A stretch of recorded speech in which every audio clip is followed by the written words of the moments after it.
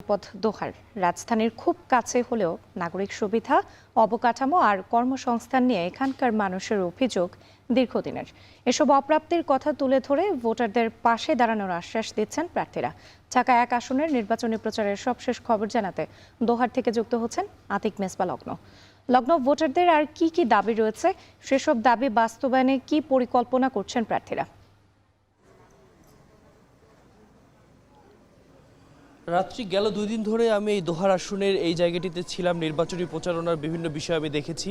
তো মূলত পদ্মা নদীর তীরবর্তী এই অঞ্চলের সবচেয়ে বড় দাবি ছিল হচ্ছে দীর্ঘমেয়াদী এবং টেকসই উন্নয়নের যে বিষয়টি সেটির দাবি নিয়েই কিন্তু যারা ভোটাররা রয়েছেন প্রার্থীদেরকে জানিয়েছেন, এবং প্রার্থীরাও কিন্তু ভোটারদের দ্বারে দ্বারে ঘুরেই সেই খোঁজগুলোই করছিলেন। আমরা দেখেছি যে এখানে তাঁত শিল্পের একটা বড় প্রভাব রয়েছে, কিন্তু সেই শিল্পের কতটুকু মূল্যায়ন হচ্ছে, কতটুকু পৃষ্ঠপোষকতা হচ্ছে, ঐতিহ্য কতটুকু ধরে রাখা হচ্ছে, সেই প্রশ্নগুলো কিন্তু তোলা হচ্ছিল। এবং সেখান থেকে যারা প্রার্থীরা যারা রয়েছেন তাদেরকেও বলা হয়েছে যে তাদের যে শিল্পের যে মূল্যায়ন, সেই মূল্যায়নটা যেন যথাযথভাবে হয়। এবং একই সাথে যেহেতু ঢাকা থেকে খুব অদূরে হলেও এখানকার আসলে চিকিৎসা ব্যবস্থা, ঔষধ ব্যবস্থা এবং একই সাথে নিত্য প্রয়োজনীয় যে দ্রব্যমূল্য রয়েছে, সেখানে বিভিন্ন ধরনের ঘাটতির কথা কিন্তু ভোটাররা বিভিন্ন সময় দাবি করেছিল। এবং আমরাও কিন্তু দেখেছি যখন প্রার্থীরা এখানে বিভিন্ন মেয়াদে জনসভা করছিল, বিভিন্নভাবে আসলে তাদের দাবি দেওয়ার কথাগুলো বলছিল, তখন কিন্তু তারা বলেছে তারা আসলে সেই দীর্ঘমেয়াদী সমাধানের পথেই এখানে হাঁটতে চায়। আরেকটি বিষয় জানিয়ে রাখতে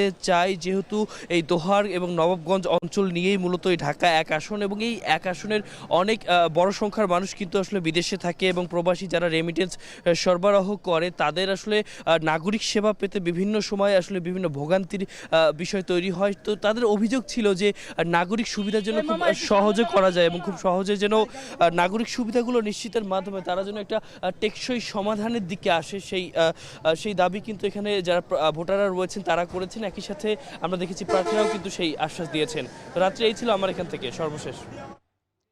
ঢাকা 1 আসনের নির্বাচনী প্রচারের সবশেষ খবর জানাতে দোহার থেকে যুক্ত